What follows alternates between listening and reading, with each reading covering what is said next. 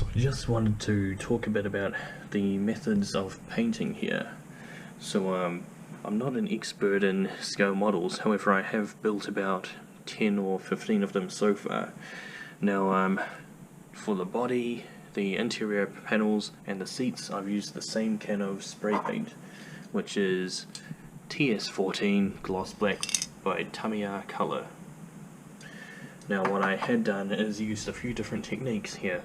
So if you look closely at the dashboard, you'll see there is a bit of a texture to it, which adds to authenticity, because in the real car that would have been made of stitched leather. Now the door panels as well, they also have a bit of a grainy effect. Same thing there, being made of vinyl or leather, they do have this grain effect. Now for the seats, they are very shiny and glossy, even though it is the same spray can. And over here we have the chassis of the car. It looks very good when it's in the shade, however shine a bit of light on it and you'll see a bit of orange peel.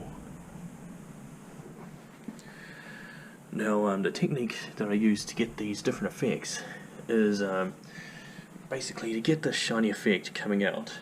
This is a gloss paint. What you would have to do is use a paint within very close proximity and use very fast sweeping strokes as you go past. Now the reason why you do this is because when you're really close, it really packs the paint up on top of it, so it's pretty much creating a bulging layer, which once dry gives it this very shiny effect here and very little orange peel. Now let me just hold this up against the light a bit. So this looks satin, almost matte, and the technique I use here is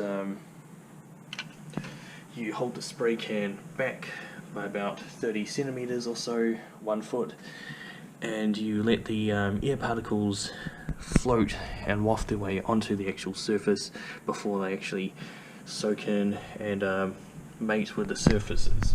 Now because of this, they've already partially dried and become a bit powdery, which is what gives it this texture that I was going for, even though it is the same kind of paint. Now for the body here, I was trying to get it glossy, however there is a balancing act which you have to play here, which is it is a big surface and you want it to be even and you want it to be glossy, but you also don't want such a big build-up that the paint can actually start to drip. Now I tried to use the gloss technique which I had done for these chairs for the chassis. I have already messed up one model in the past by using that technique and putting too much paint on and letting it build up and drip.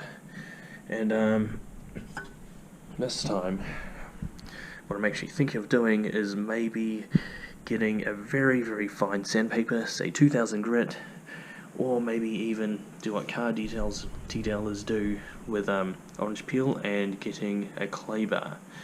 Another little note that I'd like to touch on is that at the end of the last video you would have seen me filling the arches with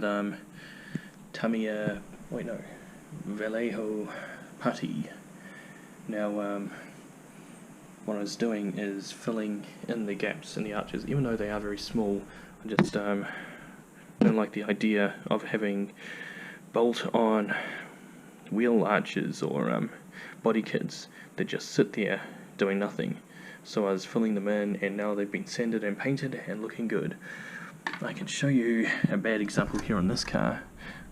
So you see, especially over here where I probably should have filled it in with body filler. However, these arches are just too big for it and it would have taken a long time to dry, if at all, and it would have been a lot of sanding.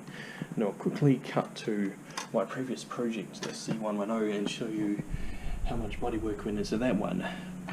So that actually used up all my sandpaper, and I haven't gone around buying any new sandpaper. Had I done that, I would have used all of it just working on these arches, which I don't want to do.